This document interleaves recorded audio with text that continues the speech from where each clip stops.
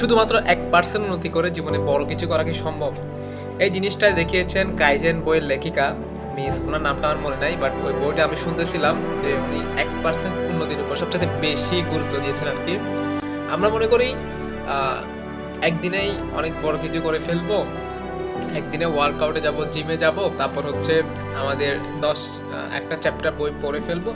But এই জিনিসটা আমাদের ব্রেইনের কাছে সবচেয়ে বেশি মনে হয়, কারণ হচ্ছে আমাদের ব্রেন যখন একটা জিনিস বড়ভাবে দেখে, ধরেন এক চ্যাপ্টার পড়তে হবে তো অনেক বেশি প্রেশার, সো ব্রেন তো আসলে লেজি, ওকে ওইভাবে আপনার ডিরেকশন দিতে হয় যে জিনিসটা যত সহজ হয়, যত ছোট হয়, তো তখনই ও করতে মজা পায়। সো সেই জন্য আমাদের কাইজেনের যে থিওরি, ওইখানে উনি বলেছেন হচ্ছে ডেইলি আমাদের 1 পেজ পড়া, একটা ভিডিও মানে 1 মিনিটের, 1 পেজ পড়তে না পারলে 1 লাইন পড়া।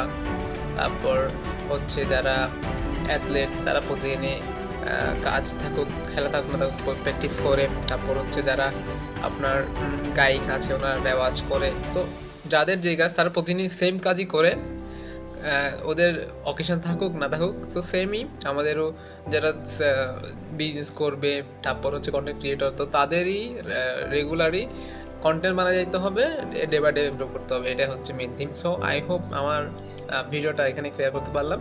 আসসালামু আলাইকুম রহমতুল্লাহ। নেক্সট ভিডিওতে ইনশাল্লাহ আসতেছে আবার।